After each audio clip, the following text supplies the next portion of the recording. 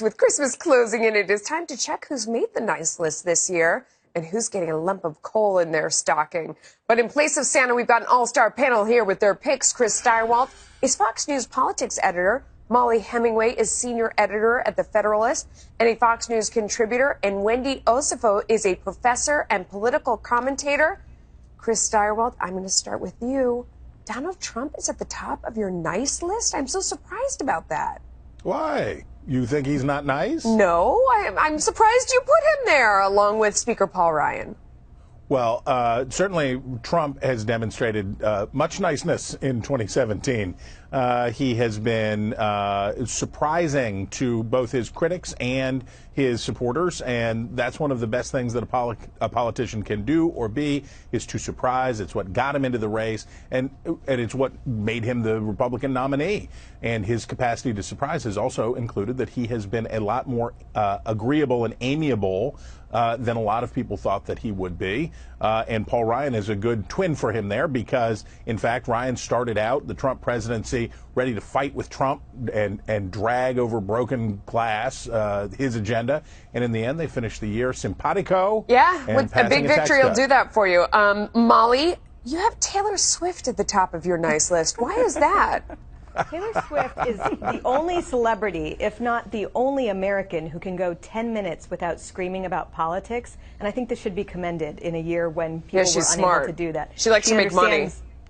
She understands that this is not related to her, that talking about politics is not why people like her, and she's able to set it aside, even though many people have tried to bully her into joining the resistance vocally. So kudos to her. Why'd you put Ronan Farrow on your list? And I mean, he's a great reporter, but yeah. Yes. Well, it was his tenacious and dogged reporting that led to the Harvey Weinstein scandal being put out publicly. And he put his own resources and reputation on the line and almost certainly helped women who would have been harmed by him in the future had he not done this. You know, people had rumored about it for so long, but he's the one who actually got it out there. And he got the goods. I mean, he did the real work. There's a lot of people who deal in unnamed sources, and he was there with all the details and you know, really good old-fashioned journalism. Wendy, you have Hillary Clinton on your nice list. I don't know. When I think of Hillary Clinton, there are a lot of words that come to mind. I'm not sure necessarily nice is right up at the top, but how come it is for you? I have Hillary Clinton up there because I just think that overall she's just been a champion for a majority of women. But another person who I had on there that I was surprised I actually put on there, I reached across the aisle and I put Marco Rubio on my nice list. As a Democrat, you wouldn't expect me to say that, but I think there's something to be said for him when he said, you know what, we need to increase the tax credit for low-income and moderate-income families. And I thought that was really important, and I tip my hat to him, even though he is across the aisle. That was a good job by Marco Rubio. Now, we all can't wait to get to naughty, so let's just go for that right there. Chris Steigerwald, is this a misprint, or is President Trump also at the top of your naughty list, and what is up with that? Also naughty. Trump has, there are a few kinds of Trump, and of the problems that the administration has had this year, you know, they had a good close, but a very rocky opening, and a lot of that came just from Trump acting out, just from Trumping? Yeah, when he was being obdurate or when he was being mean-spirited, when he was being unpleasant or unkind for the sake of itself. And oftentimes that's where Trump finds himself, is losing ground, failing to gain where he could because he's doing unnecessarily naughty things. Okay, I saw Steve Bannon on there too. I don't think I need to ask you why he's on the list. Molly, let's go right to you. You on your naughty list, environmentalists who hate children. That was explain that to our audience in case they don't know about that.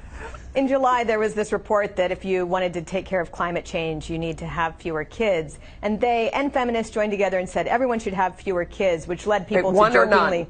Yeah, well, and they were posting pictures of their family asking which one of their kids they should let go to help with climate change. But just in general, if you're opposed to kids, you're definitely naughty. That's the nicest thing I can say about it. It's really bad to You put not Brian love Ross children. on your naughty list. I think I know why that is the case. Brian Ross and the rest of the political media, who had so many bad stories, all pushing a false narrative about Russia collusion, all of their errors went in the same direction. It was a really bad year, particularly because they wanted to spend the year holding Trump accountable, and instead they had all these problems. Wendy, you have the NFL at the top of your naughty list. I sure did. I feel like the NFL really mismanaged everything to do with the Kaepernick protest. Quite frankly, it was about social justice. They fumbled the ball. They should have done more. And then on top of that, I also feel like they blackballed Colin Kaepernick. You know, he was not able to try out for any team. If they would have brought him onto a team, I believe a lot of this would have been dulled down. And then on top of that, you know, the NFL continues to have issues with their players, not just when it comes to social justice,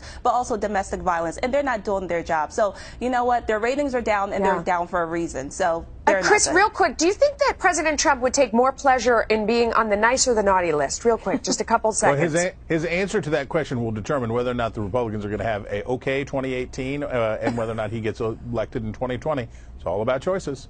I don't know. I mean, the naughty list, that could be how he got in office in the first place, is that willingness to just be naughty and go against the grain. We've got to go. Merry Christmas to all three of you. Thank you for coming on.